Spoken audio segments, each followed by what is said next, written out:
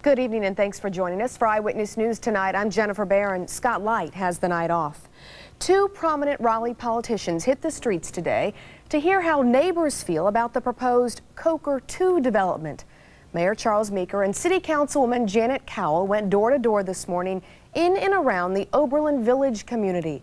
The pair wanted to talk one-on-one to folks about the controversial proposed development. Of course, we'll have much more on Gore's announcement and what it could mean for Edwards coming up on Eyewitness News at 11. Also this evening, 11 days and counting. One Durham woman hasn't had power since the ice storm a week and a half ago. But this evening, she is finally out of the dark. Crews restored her power this afternoon, and Eyewitness News reporter Nick Smith was there. But Nick, why was she out of power for so long? Good morning, Carolina. Welcome in on this snowy Tuesday morning. It is 28 degrees at 8 o'clock, and what a morning it is. John Clark along with JBaron.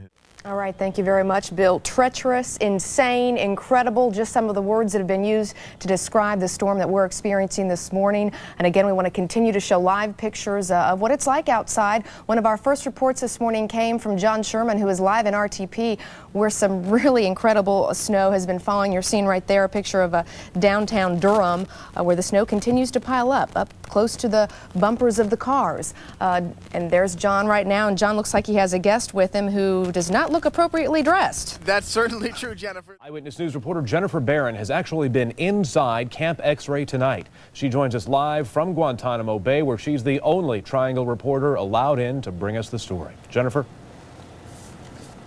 Well, Steve, I can tell you that hunger strike is still on, but the situation is improving. I was at Camp X-Ray tonight. As you said, the latest word, 88 detainees refused to eat their evening meal. Now, that's compared to 194, or nearly 2/3 of the population, who refused to eat their lunch. So what was the big difference between lunchtime and dinner time? Well, the general in charge of the operation here spoke directly to the detainees this afternoon. He may have helped calm down the situation a bit, but it also is a sign that things here are getting extremely tense.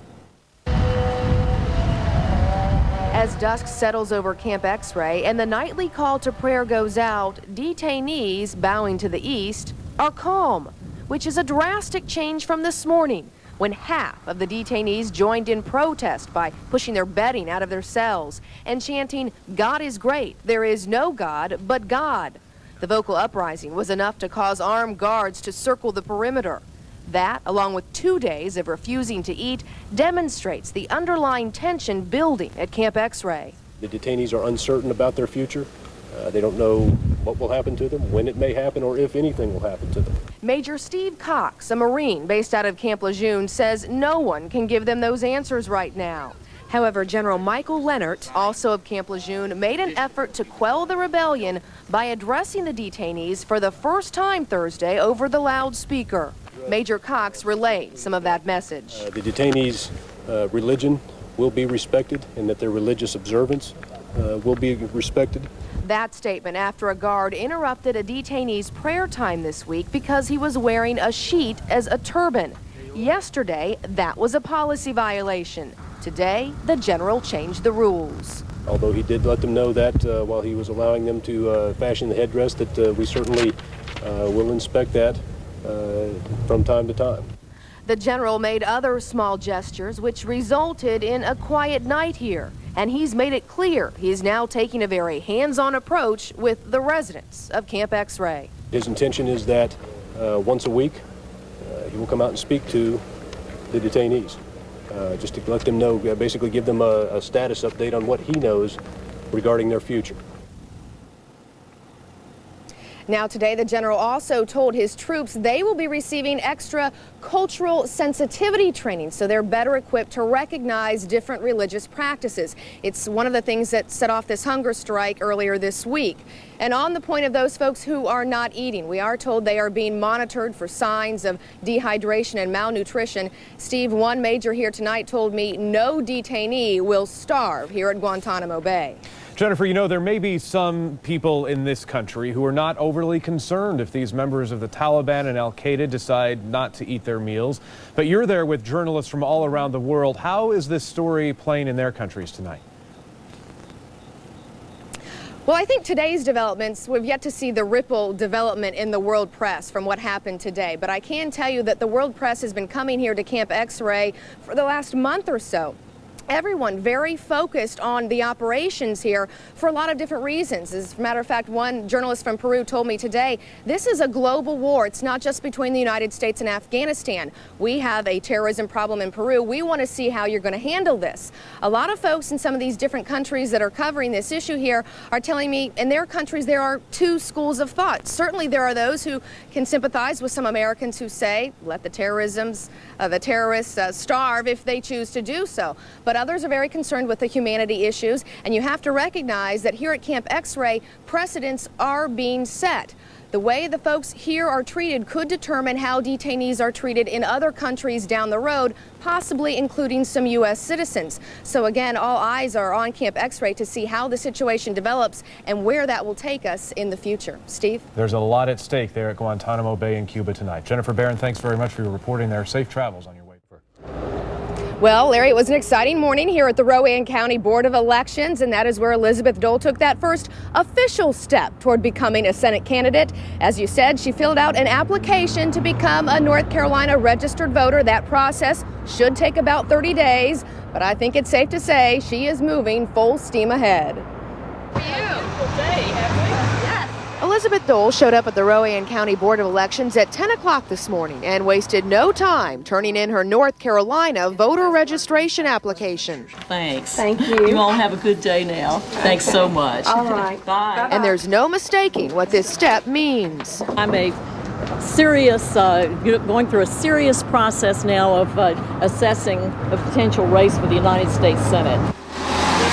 Which means reclaiming her childhood home as her residence. But Dole says she never really left. This is my home. This is where my heart is. I love North Carolina. And folks at the Big Pig Barbecue restaurant, rumored to be Dole's favorite, They've come in here a lot. are ready to return that love. I knew her when she was just a little kid.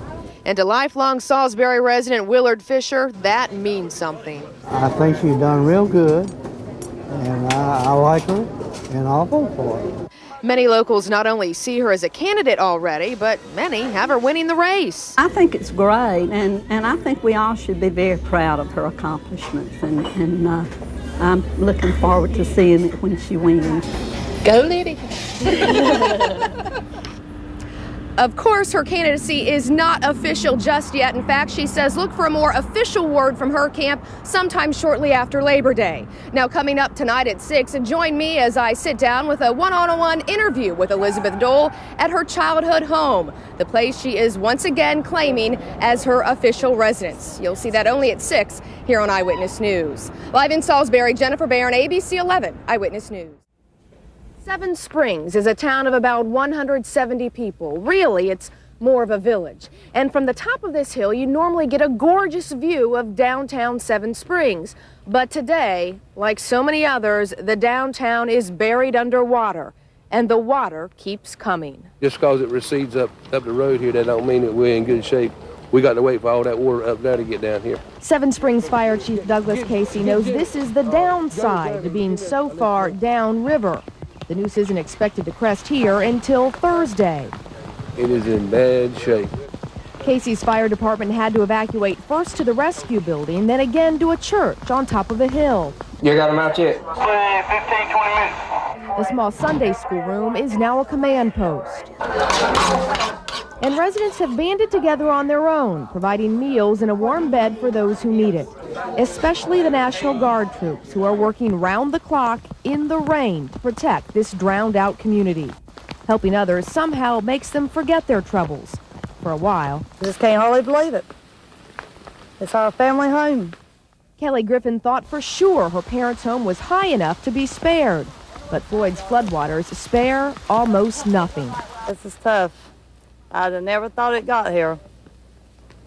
It's unbelievable. This is a once-in-a-lifetime thing, I hope. Like so many small communities down east, Seven Springs just couldn't take two 500-year floods in one lifetime. In Wayne County, Jennifer Barron, News Channel 11. Channel 11's Jennifer Barron joins us live from St. Pete. Jennifer, things are starting to rock down there, huh? They really are, Larry and Miriam. You know, the team is here now. The fans are starting to pour in. I'll tell you, one of the hottest spots this weekend is going to be Hoop City. It's in the Tampa Convention Center. This place is all about basketball. You can go even if you don't have a Final Four ticket. It's a place where you can meet stars. It's even a place where you can be a star. Hello and welcome to the Sports Center. You were expecting... All the way from Jersey, the Sports Center wannabes are showing they are really blue bloods. Representing their school in both the men's and women's Final Four tournaments this year. What's your prediction, Jim? Well, I think there's two teams here, Duke and everybody else. I'm going with Duke. That's what we want to hear. And your favorites? Duke and son of Duke. There are real stars at Hoop City as well. Former UCLA and NBA great Bill Walton isn't just signing autographs, he's sending young kids a message. Basketball is like life. It's all about what's next. It's all about not looking back. The tiniest tots are just trying to reach the basket. News Channel 11 videographer Eric Curry also got in on the hoop action by trying to keep up with 12-year-old dribble master Jordan Rayner. He's doing pretty good. He's staying with him. Jordan heads for the basket, shoots, misses, but still has a smile on his face. Oh, this is really cool. Get to do a whole lot of stuff out here. Meet some players, meet some coaches. It's really cool. Who's your favorite team? Syracuse. Syracuse isn't in it. Oh, who cares? How about Duke? Go Duke. Okay, so we can get Duke fans by converting them from other teams. We were at Hoop City today. The UConn team and coach were there, and I understand that Duke's team is going to be there tonight, so that should be exciting. Right. Jennifer, the Blue Devils are going to be there tonight.